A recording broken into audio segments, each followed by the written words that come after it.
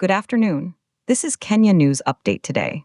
We begin with breaking news from Nairobi, where a major police operation has led to the arrest of a suspected drug trafficker and the seizure of a significant narcotics haul.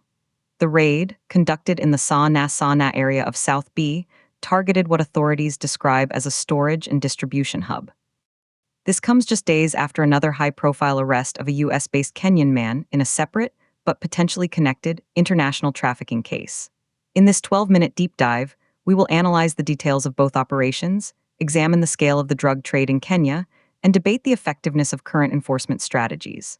Joining us for analysis are security consultant Michael Otieno and public health advocate Dr. Amina Wanjiku. Michael, let's start with you. The National Police Service statement says this was an intelligence-led operation. What does that tell us about the current state of anti-narcotics work in Nairobi? Michael Otieno, good afternoon. It tells us that the NPS is increasingly relying on actionable intelligence, which is a positive shift. The raid in Sana wasn't random. It followed specific reports of suspicious activities. This suggests improved community policing and possibly better coordination with international partners, especially given the parallel case involving a suspect with U.S. ties. However, the very existence of such a hub in a residential area like South B points to a deeper, more entrenched network. We're not just talking about street-level dealers. This appears to be a logistical node. Dr. Amina Wanjiku, and that logistical node has real human costs. Every gram seized represents potential harm averted, but we must ask why these networks are so resilient. Enforcement is crucial, but we are in a cycle of arrest, seizure, and replacement. The demand side of the equation remains largely unaddressed by our national strategy, which allocates less than 15% of its budget to prevention and rehabilitation. Let's look at the specifics of today's Nairobi raid. While the exact weight and type of drugs seized haven't been fully disclosed, preliminary reports suggest a multi-kilogram haul with an estimated street value. For context, in a similar operation in East Lee last November, police confiscated 42 kilograms of heroin with a street value of approximately 500 million shillings. The scale of financing involved is staggering. Michael Otieno, the financing is key. These are sophisticated commercial operations. The Sana apartment was reportedly being used specifically for storage and distribution, which implies bulk handling, packaging, and a distribution chain. This isn't a petty operation. To combat this, the Financial Reporting Center needs to be more aggressive in tracking the illicit financial flows that fuel this trade. We're likely looking at money laundering through real estate, trade-based schemes, and mobile money. Now, let's turn to the other case that broke this week, which adds an international dimension. On February 27, 2026, U.S. authorities arrested Brian Korir, a Kenyan national living in America. He and a co-accused are charged in connection with a trafficking operation that led to the seizure of 3,186 grams of marijuana and 91 THC cartridges. Dr. Wanjiku, from a public health perspective, how significant is this seizure? Dr. Amina Wanjiku, the quantities are significant, but the product mix is particularly telling. The seizure included 91 THC cartridges. These are highly concentrated, discreet, and increasingly popular vaping products. Their presence indicates traffickers are adapting to market trends, targeting younger demographics with high-potency products. This isn't traditional cannabis, it's a processed, potent commodity. From a health standpoint, each cartridge can deliver dozens of high-dose hits, posing significant addiction and mental health risks. Michael Otieno, and from an enforcement angle, this points to a transcontinental pipeline. A Kenyan national arrested in the U.S., allegedly running a distribution network. This dovetails with intelligence we have about Kenyans abroad being used to facilitate drug flows both into Kenya and from Kenya to other markets. It's a network. The arrest of Korir might provide valuable data on connections back to source countries and local distributors in Kenyan urban centers, possibly even links to the Sana operation. That's a critical point. Are these two cases isolated or threads of the same web? Let's visualize the known data points from this week's events to understand the potential scope. We have the Nairobi raid today, March 1st, and the U.S. arrest on February 27th. The time proximity is notable. Shifting to the broader national picture, what is the true scale of the drug trade in Kenya? According to the National Authority for the Campaign Against Alcohol and Drug Abuse, NACADA, Their latest report estimates that illicit drug trade costs the Kenyan economy over 2.5 billion shillings annually in lost productivity and healthcare burdens. Furthermore, their data suggests that drug abuse prevalence in major cities like Nairobi and Mombasa is above 18% among youth aged 15 to 24. Dr. Amina Wanjiku, those NSCAD figures are likely conservative. The economic cost is multifaceted: healthcare for addiction and overdoses, crime, lost workforce participation, and the burden on families. For every 500 million shilling street value seizure, there is a corresponding social cost that isn't quantified. Our treatment facilities are overwhelmed. We have only 120 accredited public and private rehabilitation centers for a population where substance abuse is a major crisis. The gap between enforcement and care is a canyon. Michael Ota, no, I don't disagree on the need for care, but you cannot treat a problem you cannot contain. Strong enforcement is the first barrier. The U.S. arrest shows the value of international cooperation. Under President William Ruto's administration, there has been a renewed focus on security partnerships, including with the U.S. Drug Enforcement Administration. This collaboration is essential for tracking kingpins who operate across borders. The challenge is ensuring our local judiciary can successfully prosecute the cases that our police, with their improved intelligence, are now building.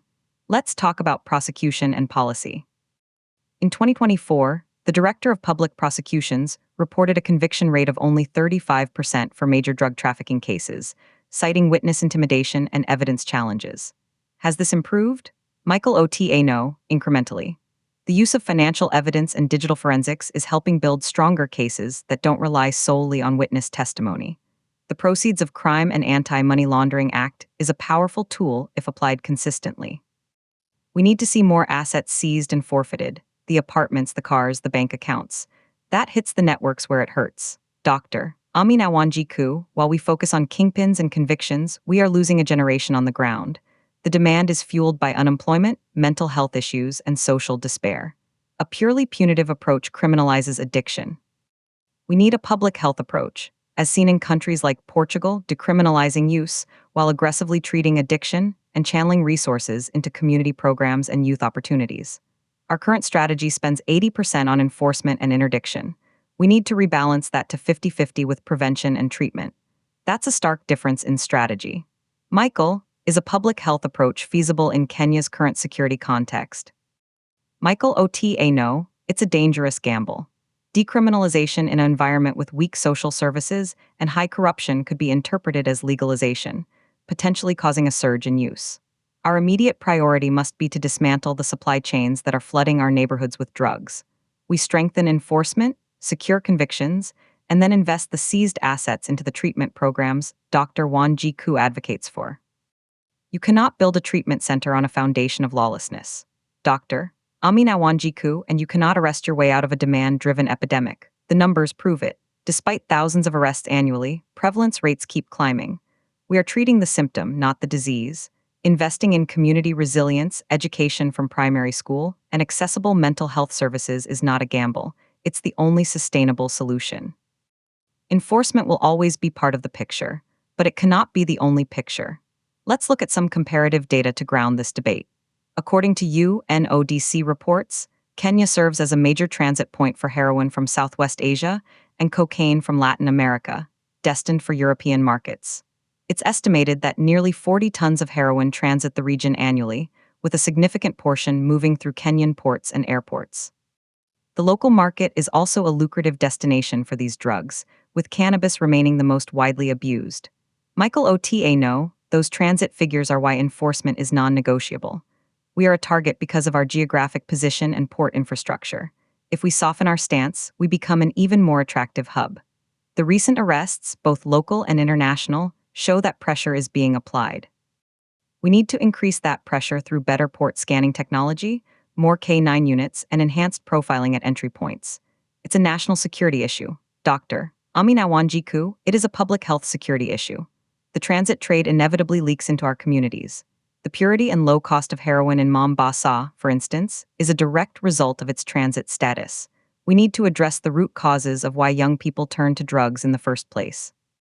That requires a budget reallocation. Currently, the Anti-Narcotics Police Unit has approximately 1,200 personnel nationwide. Imagine if we had 1,200 additional trained addiction counselors and community health workers. As we near the end of our discussion, let's return to today's news. The suspect in the Sana raid is in custody. What happens next and what should the public watch for? Michael OTA No, the public should watch for two things.